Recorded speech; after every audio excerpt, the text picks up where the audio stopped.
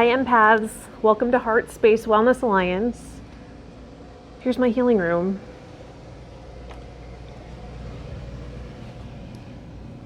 Let's get started. Hi empaths, welcome back to my healing space. We're back for another reading today.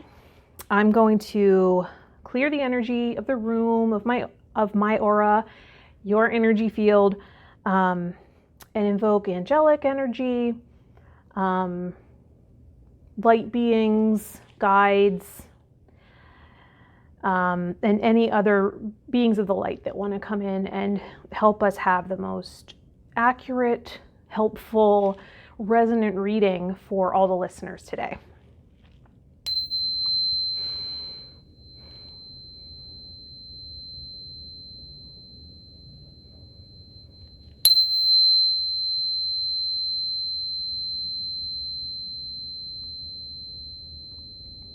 Good. I did some clearing, so. All right, we're gonna follow the formula, right? Picking an angel card from the original angel card deck to see what this reading is about today. What's the focus?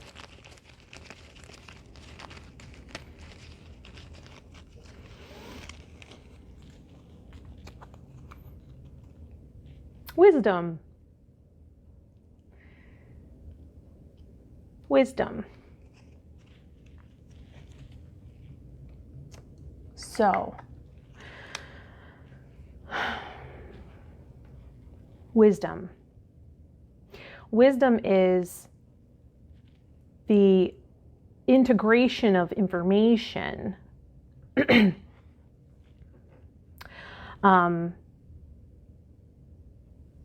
the assimilation of information,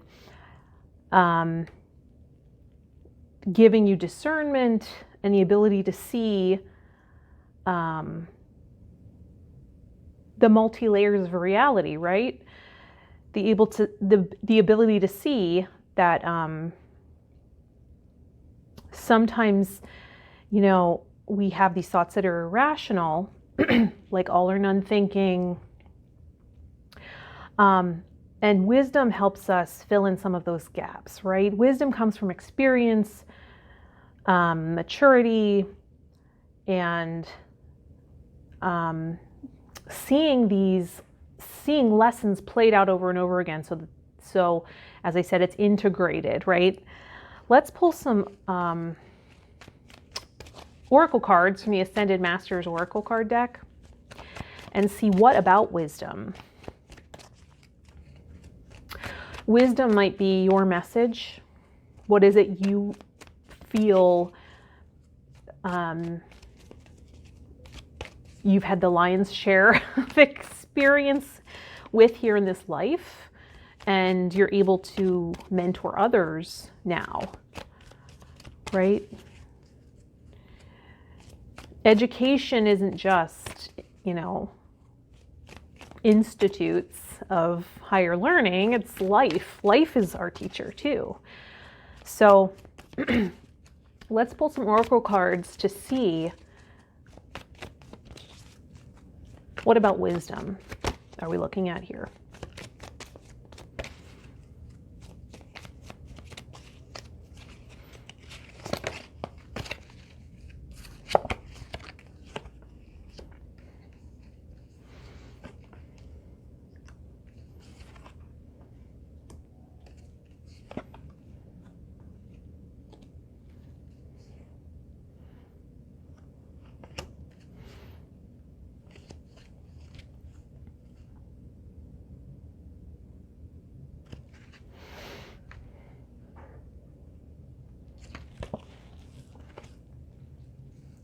So freedom comes out as the first card. So probably the most important, right? Freedom, the freedom to choose. Freedom implies that we see all of our options and then we are able to consciously choose. This comes with wisdom and healing. And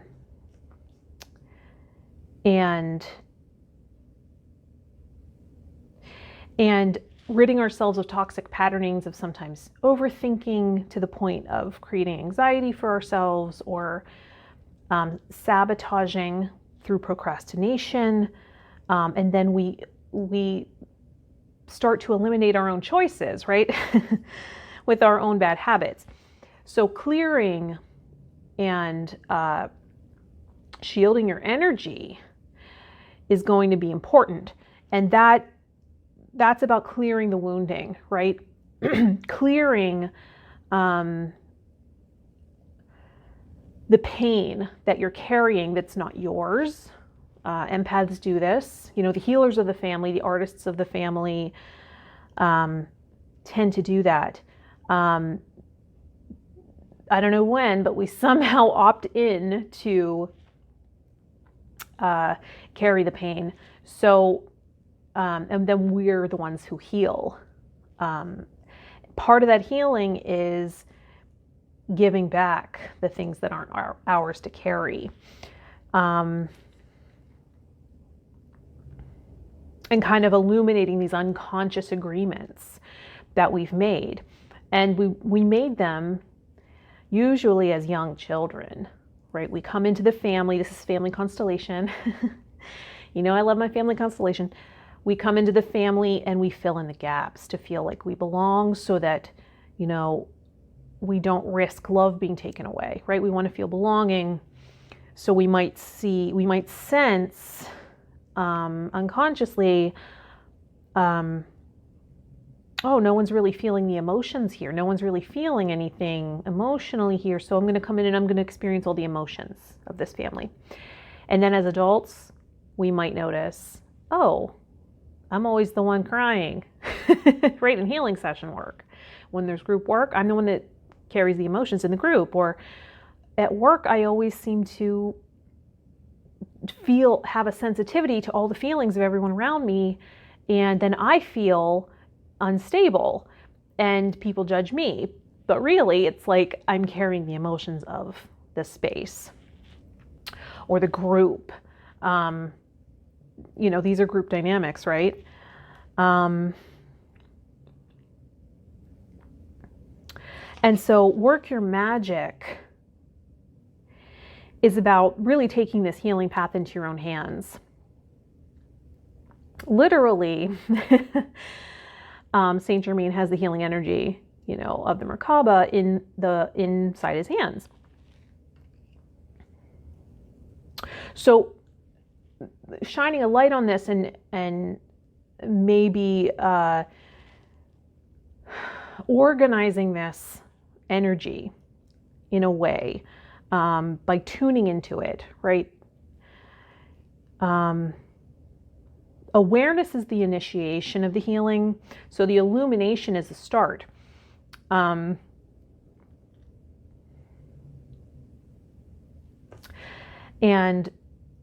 then through exploration, whether that be meditation or allowing yourself to observe yourself, you know, by leaning back and not engaging so much and over-identifying with these emotions that aren't yours, right? Sometimes it is an emotional response coming from you, but oftentimes we're carrying things that aren't ours, even wounds. Even toxins, right? We carry it all into, you know, it can be inherited. These things can be inherited, passed down. So the burden becomes heavier and heavier until someone has the temperament to take it on, right? The sensitive, the family, the healer of the family, the intuitive, the artist. We take it on and we're so heavily burdened by it. Mostly because no one modeled how to transmute it, how to carry it, what to do with it, because it had been not acknowledged. There was no means to care for this aspect. So,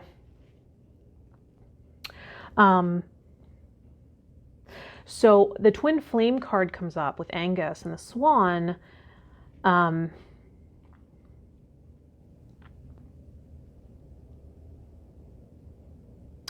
So when you're on this path, the twin flame card means many things, right? It can mean twin flame relationship, but I tend to think, and that could be something that you're experiencing, this twin flame path, right? This intense spiritual relationship that's one of a kind, unique, right? The idea is that we all have a twin flame, but we haven't all incarnated with our twin flame. I don't believe I've incarnated with mine, so I can't speak on having met my twin flame and, you know, having the initiation and all of that.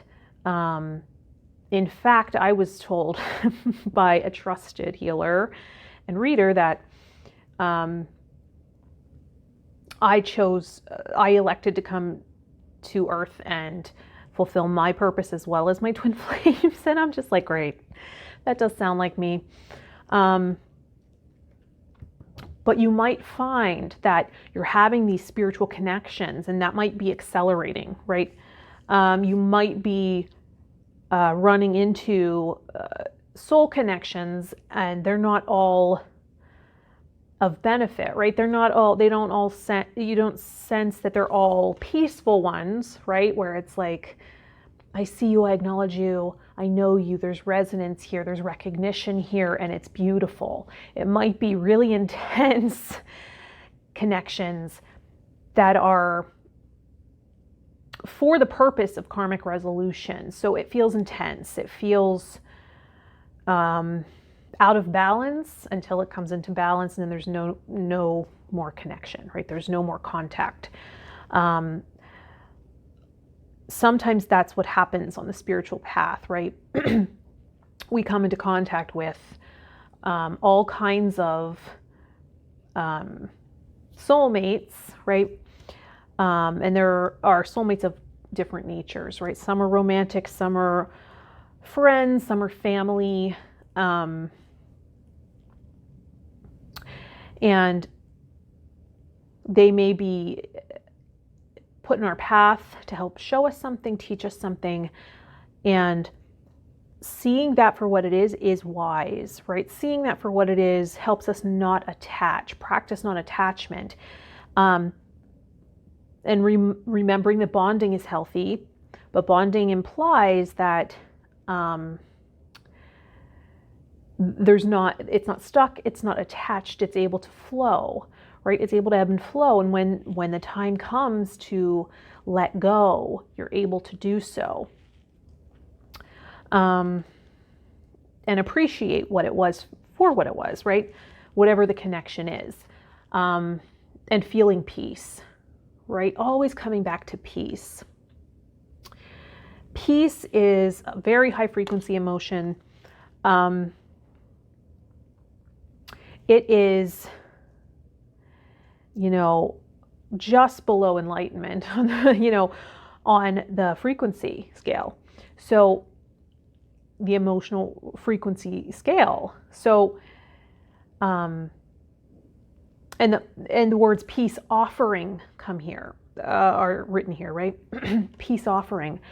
So perhaps there is a situation right now that it has triggered you, has regressed you back to wounding in your childhood, and it feels out of control. And you don't like who you are in this situation. And oftentimes it's not our first time, right? It's not the first time. We've been there before, and it feels repetitive. And it's the lesson coming back to see where we stand with it now. So it's wise to expect lessons to come back around. That's the healing path, right? It's a spiral. We're walking up the mountain and we circle back around to the same wounds, but we get to see them, or the same lessons, right? And we get to see them from a higher perspective. Just peeling the layers. So it's wise to know, I see a theme here. I see a theme of what it is that I'm learning and experiencing in this incarnation, or in most of my relationships, I'm seeing this pattern. it's not always I keep attracting the same type of person. Sometimes it's this dynamic keeps happening. What is my participation in it? And what is my unconscious agreement here? Can I bring that to light so that I can change it consciously and have mindful relationship, right?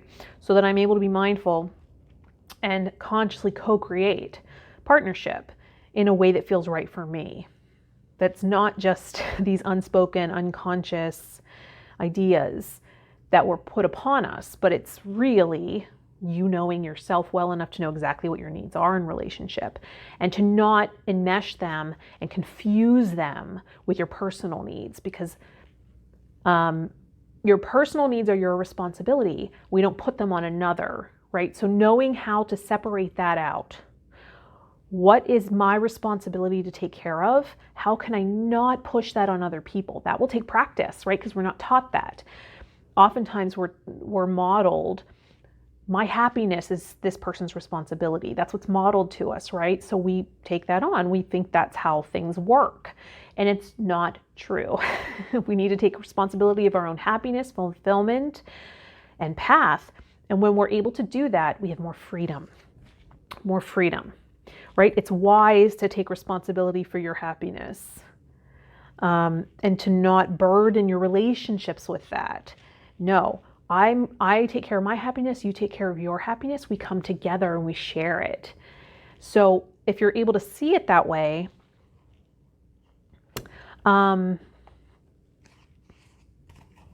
that's the wisdom really in relationship. And it's one thing to know that and another thing to practice it, right? To put it into practice. So let's see what aspect of self is coming up with the archetype cards by Carolyn Meese.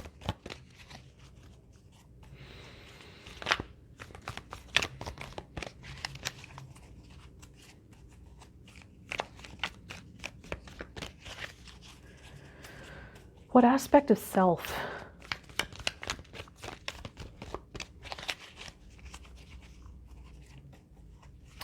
Coming into play here? What aspect of self is taking the spotlight or needs to be looked at here, needs some light shown on it?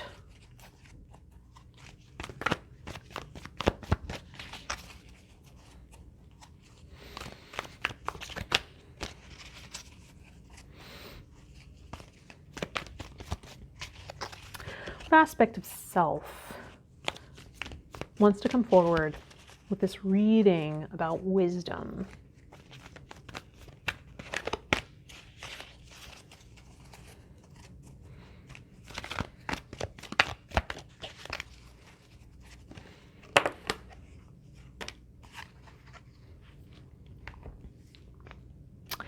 Femme fatale. Femme fatale came out. The light attributes highlights the erotic energy of the feminine, opens your heart when your dependency is rejected. And the shadow attributes, inappropriate use of sensuality, attachment to money and power.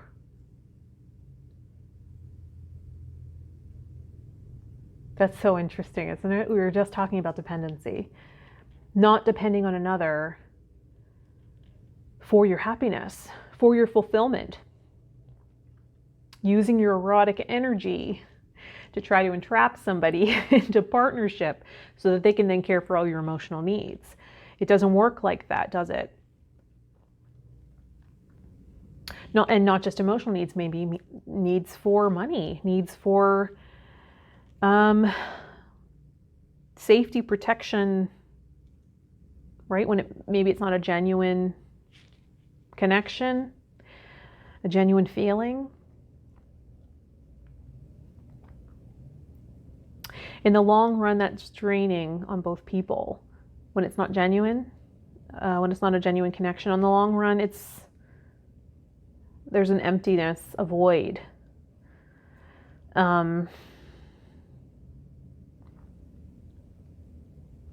It's unfulfilling, basically. So not really worth it. But the beautiful thing is, the femme fatale, the light attributes of the femme fatale is that she's able to self-correct, right? When she becomes overly dependent, her sensuality is enticing, and then, and this could be male or female, non-binary, gender fluid. It's not attached to gender. This is an aspect of yourself. All people have it, right? This energy of sensuality, seduction, and that erotic nature that entices a partner in, because we all want a playmate, right? We're all seeking, in part, a playmate, right? In relationship. And when someone displays that energy the majority of time, it just seems like, oh, they'd be so much fun. Like, we'd have so much fun. That includes our sensual side, our sexual side, right? As well as our fun, playful, childlike side. But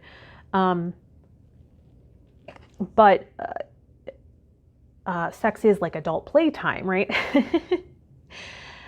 Sometimes, I mean, not everyone, I guess, sees it that way, but I think that's part of it, right?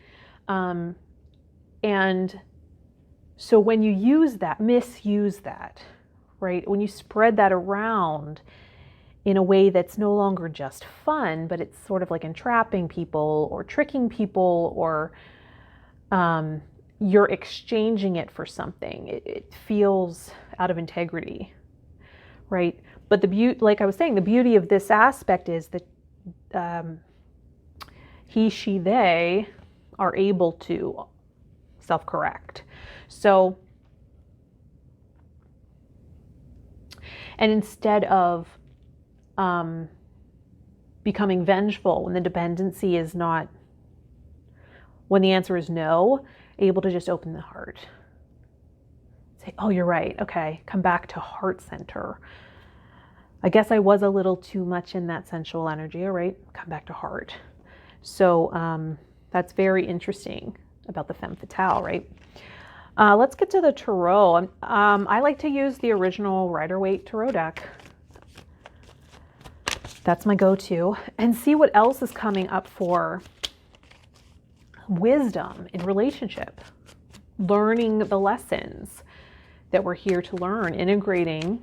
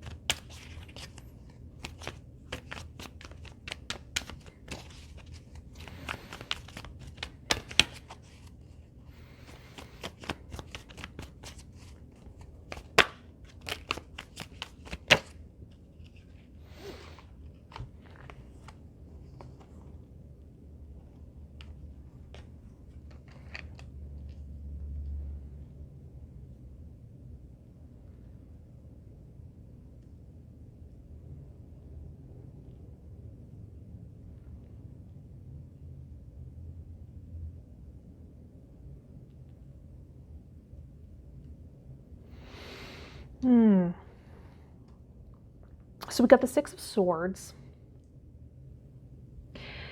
And you can see this card is about moving into calmer waters, right? Similar to the peace offering card. Taking those swords, that could have been conflict, could have been,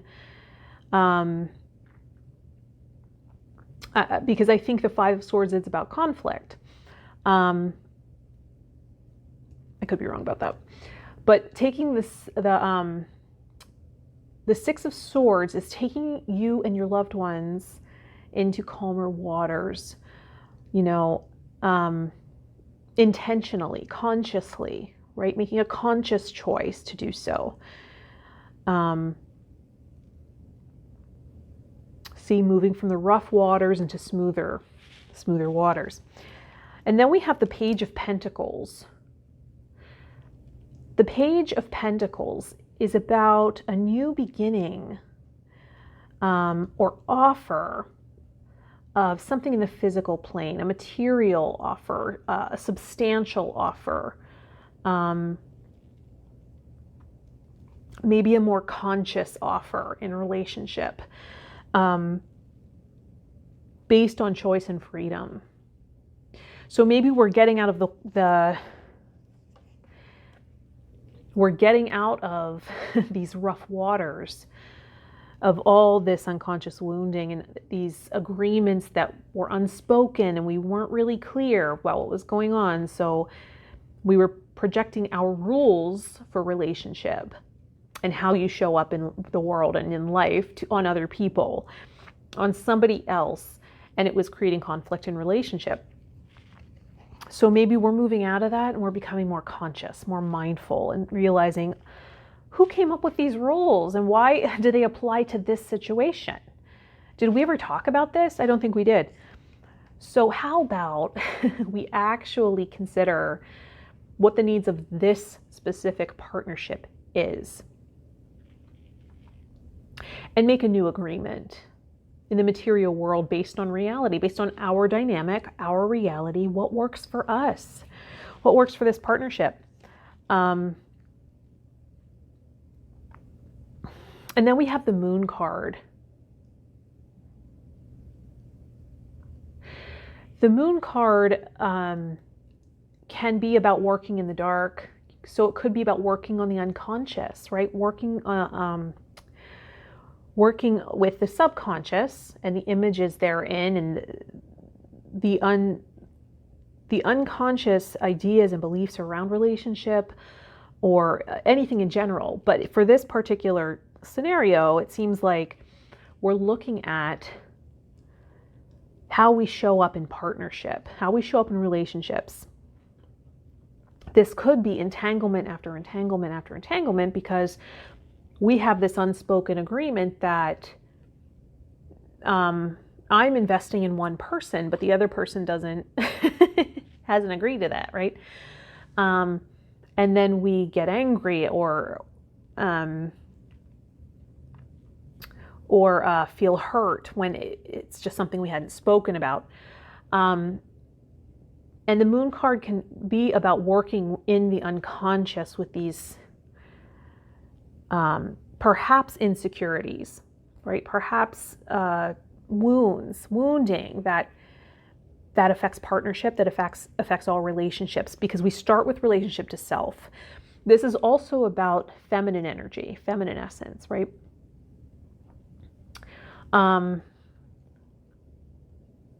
This could be about meditating, going inside and meditating. This might actually be about being more receptive to the other person instead of defensive. What happens if I just lean back and open my heart, right? Because the femme fatale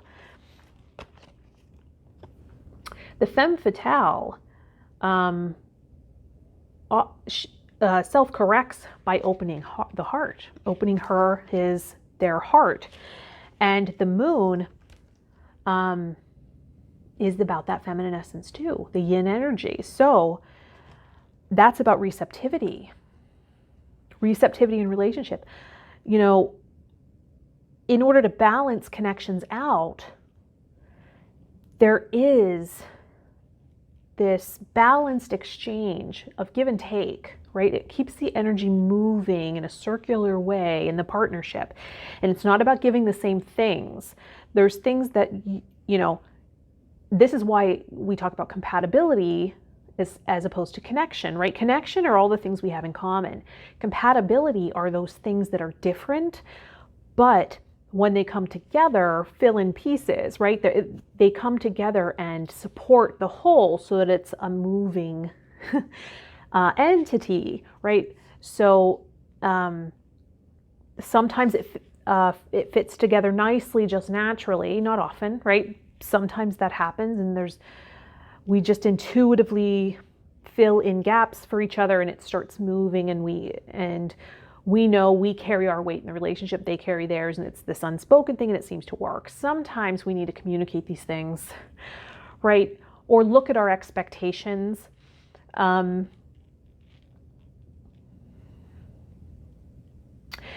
And find a way to bring balance back, right? Where is it that you're taking more than you're than you're giving? Where is it that you're overgiving and then building resentment and feeling like you're past due? Okay, I'm overdue here. Where's mine? Right? We can't do that. That's not how it works. Both people have to show up to give. And believe that there's value being offered by the other too. So when it works, it's this beautiful moving wheel in a way, right? That both parties are moving forward to the future. This is what compatibility can do, and having enough in common where there's enough connection to hold it together as well. And then sometimes our wounding gets in the way. And when it does, we take missteps and we need to make amends, right? We need to take responsibility for that and find a way to offer peace and take responsibility. Let's see what crystal. I'm gonna go to the Healing Crystals playing card deck and see what crystal may help us with this journey to wisdom in relationship, so that we're able to show up more consciously, so that we're able to heal core wounding and, maybe purge some of these unconscious beliefs that aren't really helping.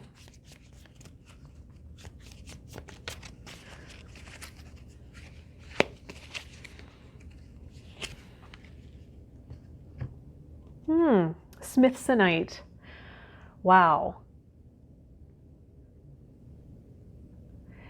Wow. I've never worked with Smithsonite. It's one stone I've never owned. But just looking at the description, communication, tranquility, kindness. I mean, yes, of course. And if you tune into that image, it's beautiful, right? It is tranquil. The blue stones tend to be calming, soothing, cooling, tranquil. So, if there is anger, irritation, resentments, these fiery emotions, a nice cooling blue stone might do the trick. And Smithsonite will also help with those unspoken truths, those resentments that are left unsaid, help reinstate communication in peace, tranquility, right? And kindness.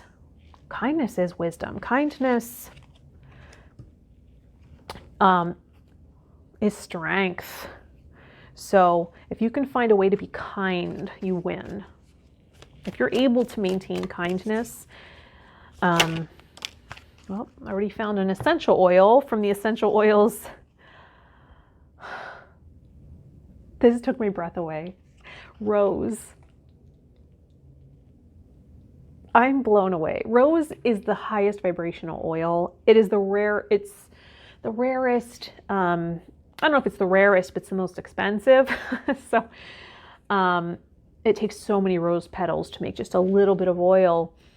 The trigger statement is, I am unlovable. The true statement is, I am love. Your heart is healing and expanding with love. Spend time showering yourself with that love and then share with others.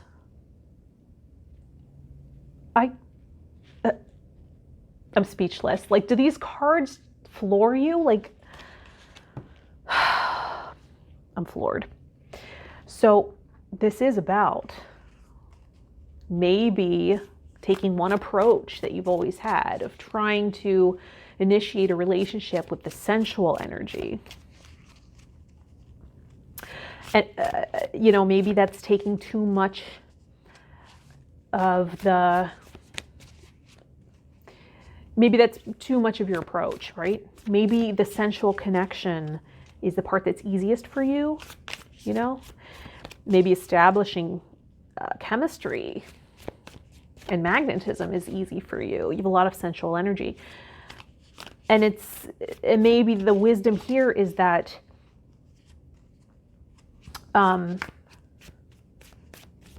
there's a different resonance that's better for establishing partnership and a mindful connection here, that maybe not everyone should have access to that energy, or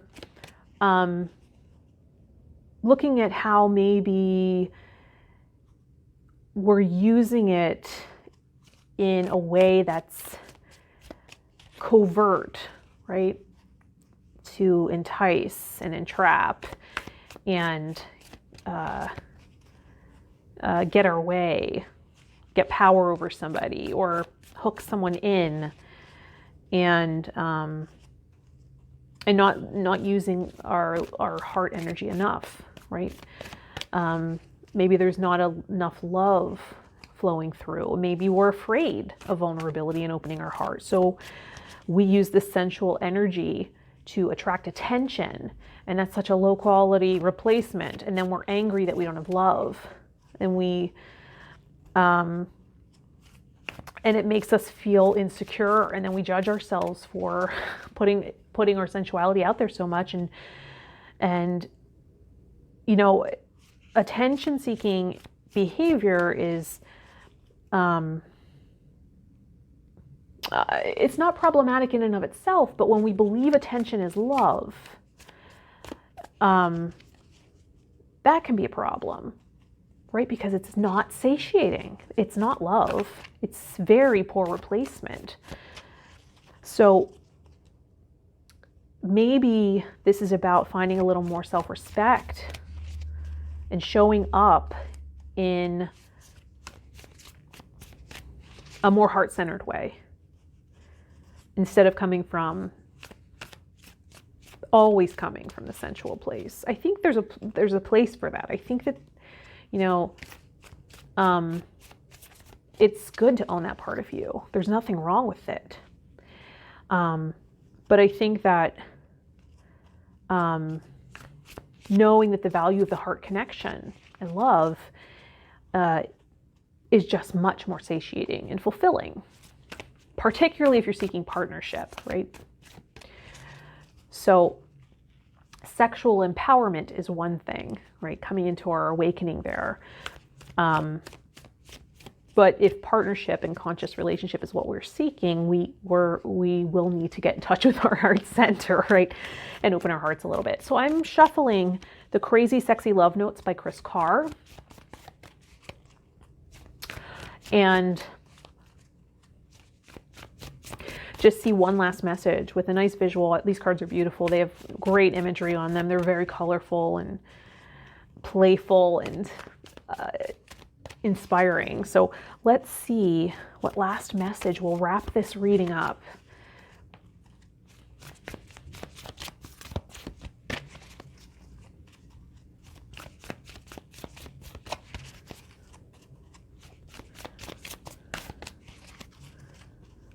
One last message to end this reading. This is a long one, shoot.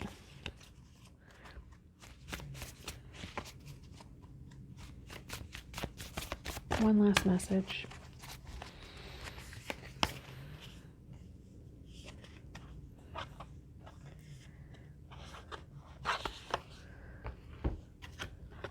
Pause.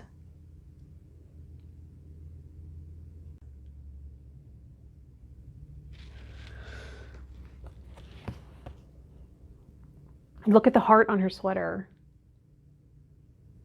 She's going inside, right? And working in the unconscious.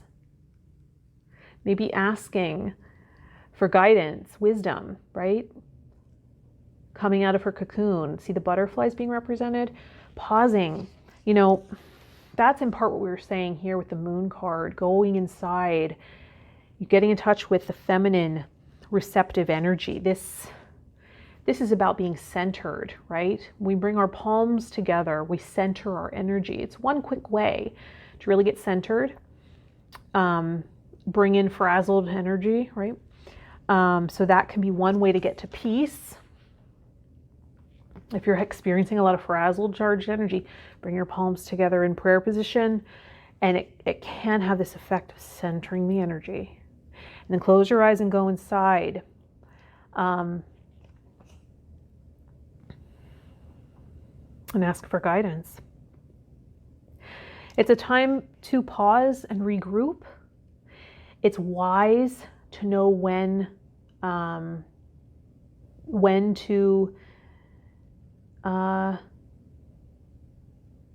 rest, right? When to take a rest, when to recharge, when to go inside and contemplate. When is appropriate? When is it appropriate time for non-action, right? And giving yourself that choice, that creates more freedom of knowing, knowing that it's okay to sometimes retract, go inside, get into a receptive state. Maybe that's a better strategy. Maybe that's what's necessary now. Finding your inner peace and tranquility by taking a pause. All right, I hope this reading was helpful. If this didn't quite resonate, maybe didn't feel like it was for you, maybe there's a higher reason you're watching and there's someone in your life that could benefit from this message. Please do share with them. I have an energy exchange donation link in the description to help keep this channel going and me being able to do these free readings. So if you're finding value, I would really appreciate that. But of course, I'm very grateful for, your time and attention and you being here with me. And there's also a link to work with me one-on-one or other social media platforms to connect on. It'll all be in the description. So I hope you have a beautiful day and I'll see you in the next reading.